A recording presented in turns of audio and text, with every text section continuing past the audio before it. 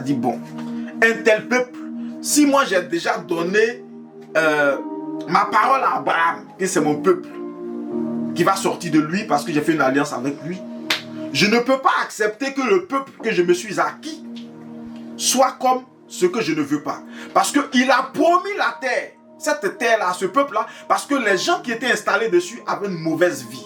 Ils avaient une mauvaise vie, ils faisaient des choses que Dieu ne voulait pas. Donc Dieu avait décidé de les remplacer par un autre peuple, c'est-à-dire le peuple que lui-même il a choisi. Amen. Pas parce que le peuple est bon, mais parce que c'est son alliance. C'est pourquoi quelqu'un doit comprendre l'importance de l'alliance. Quand tu fais alliance avec quelqu'un, même s'il est mauvais, tu ne peux pas le frapper, tu ne peux pas le tuer. Regardez un peu, on parle de l'OTAN. Amen. Voilà, quand on parle politiquement, on parle de l'OTAN. Dans l'OTAN, il y a certains qui n'aiment pas d'autres, mais ils sont en alliance, mais ils ne peuvent pas se frapper. Parce qu'il y a des accords entre eux. L'alliance fait qu'ils ne peuvent pas se frapper. Donc par moment même, la personne avec qui tu fais alliance là, elle n'est pas bonne. Mais à cause de l'alliance, tu ne peux pas détruire. Et d'ailleurs, le peuple a tellement fait des bêtises qu'à un moment donné, Dieu va dire, mais bon, vous commencez à me fatiguer. Je vais vous raser et puis cette histoire-là, c'est fini.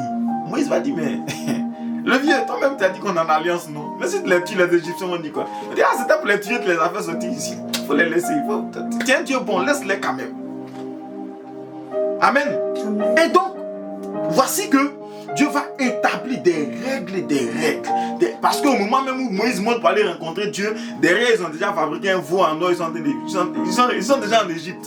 Vous voyez, ils sont dans le désert, mais ils sont déjà en Égypte parce que la divinité d'Égypte les a trouvés là. Il y a un veau en or qui est en train de briller et puis ils sont en train de danser en bas, ils sont en train de manger, ils sont en train de boire. Donc Dieu se rend compte que, bon, pas qu'il se rend compte, il sait. Donc il dit, bon, la chose à faire, c'est que ce peuple-là, je ne peux pas les laisser comme ça. Sinon, chacun va faire ce qu'il veut.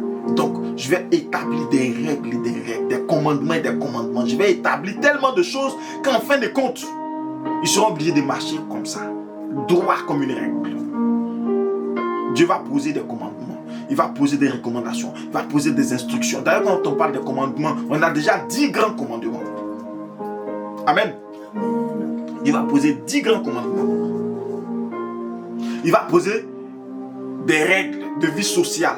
Il va poser des règles spirituelles, des règles liées au sacerdoce, des règles liées au mariage, des règles liées même à la tenue des esclaves. Parce que c'était des gens qui avaient acquis d'autres en esclavage. Eux-mêmes, ils sont esclaves, mais ils avaient des esclaves. C'est pas Dieu qui leur a donné les esclaves. Ils avaient déjà leurs esclaves. Dieu ne va pas chasser les esclaves. Dieu ne va pas dire, bon, vous avez des esclaves, laissez vos esclaves.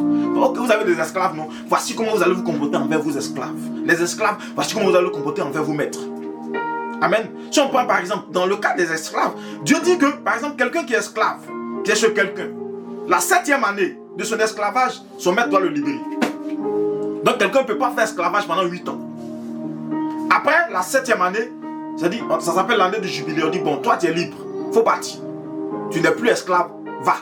Maintenant, s'il ne veut pas partir, dit non, moi j'aime tout mon maître, je ne veux plus, il ne veut pas partir, il reste chez lui. Bon, là-bas, il ne paye pas le loyer. Il ne paye pas courant, il ne paye rien, il mange seulement et puis il travaille, c'est pas grave. Et puis même s'il veut, j'ai passé toute ma vie à être esclave, donc je ne saurais pas être un maître. Donc je préfère rester esclave. Ok, mon ami, viens ici.